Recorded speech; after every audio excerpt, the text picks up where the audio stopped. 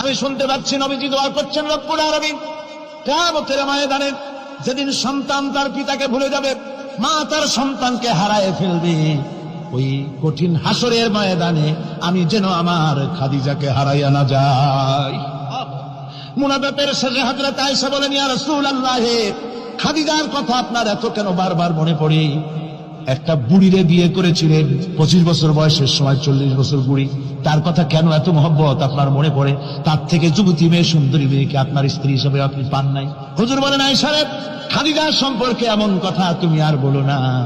তোমরা সবাই আমার সুখের দিনের স্ত্রী, আর খাদিজা আমার এমন সময় স্ত্রী ছিল যখন মক্কায় আমার আশ্রয় ছিল না, তামাম মক্কা নগরীতে আমার আশ্রয় ছিল না। খাদিজার সঞ্চিত সমস্ত ধনরাশি ইসলাম কবুল করার পর দুহাতে খাদিজা বিতরণ করে দিয়েছে। হযরত আয়েশা বলেন, হুজুর আমার গোস্তাকি মাফ করে দেন, আমি আর এরকম বলবো না, তবে খাদিজা সম্পর্কে আমার এই কিছু একটু শোনান।